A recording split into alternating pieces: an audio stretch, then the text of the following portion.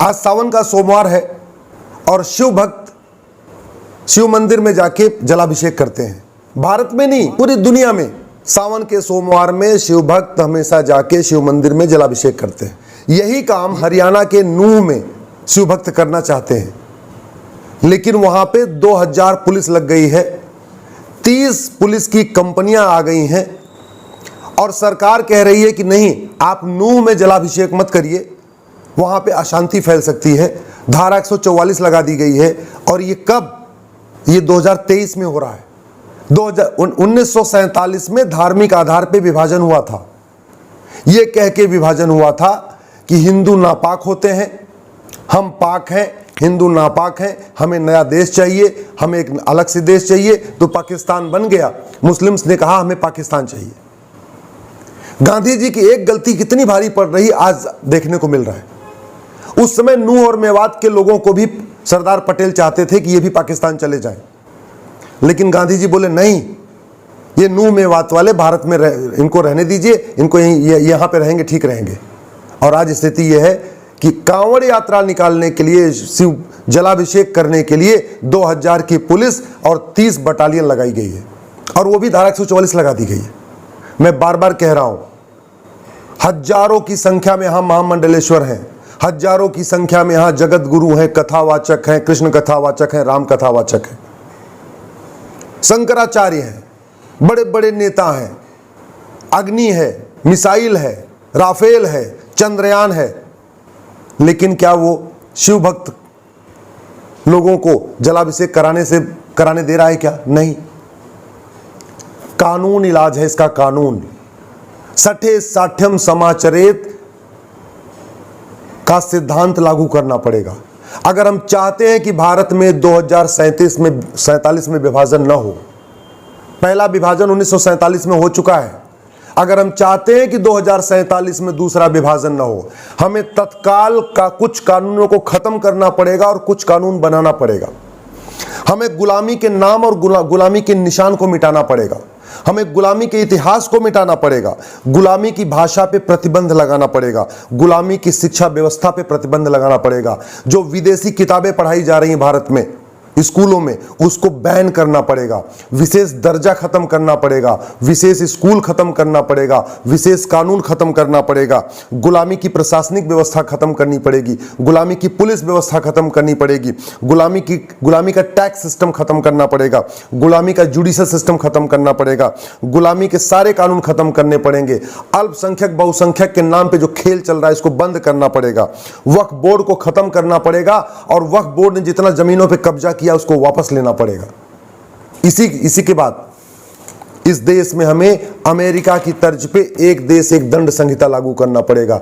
एक कानून में ही सारा, उसी में घुसपैठ भी हो, उसी में धर्मांतरण भी हो, उसी में लैंड जिहाद भी हो, उसी में लब जिहाद भी हो, जितने भी अराजक काम होते हैं सब इसी एक ही कानून में होना चाहिए। अलग अलग कानून काम नहीं करेंगे।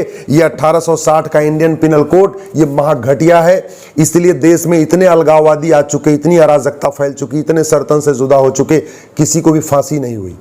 न कश्मीर नरसंहार वालों को फांसी हुई, न सिख नरसंहार करने वालों को फांसी हुई, न बंगाल नरसंहार करने वालों को फांसी हुई, न केरला में नरसंहार करने वालों को फांसी हुई, न मणिपुर में नरसंहार करने वालों को फांसी होगी।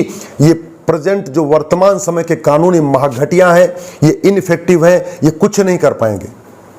आखिर चाइना में पुलिस नहीं लगानी पड़ती, अमेरिका में चर्च में जाने के लिए किसी को पुलिस नहीं लगानी पड़ती, सिंगापुर में अपनी पूजा पद्धति अपनाने के लिए किसी को पुलिस नहीं लगानी पड़ती, और हिंदुस्तान में जहां कहते हैं हिंदू बहुसंख्यक हैं, वहां हिंदुओं को मंदिर में जाने के लिए पुलिस की व्यवस्था लगानी पड़ रही। 2000 पुलिस वाले और 30 बटालियन लगी हुई है। अमरनाथ यात्रा निकलती है तो भी पूरा आर्मी लगानी पड़ती है, और अब तो हरियाणा के नूह में से पुलिस लगानी पड़ रही है। इसलिए कह रहा हूं, वन नेशन वन टैक्स लागू करिए, one nation one penal code लागू करिए, one nation one civil code लागू करिए, one nation one judicial code लागू करिए, one nation one tax code लागू करिए, one nation one administrative code लागू करिए, और one nation one family code लागू करिए। हम दो, हमारे दो, सबके दो। न एक से ज्यादा विवाह, न 2 से ज्यादा बच्चे। ये कानून बनाना पड़ेगा।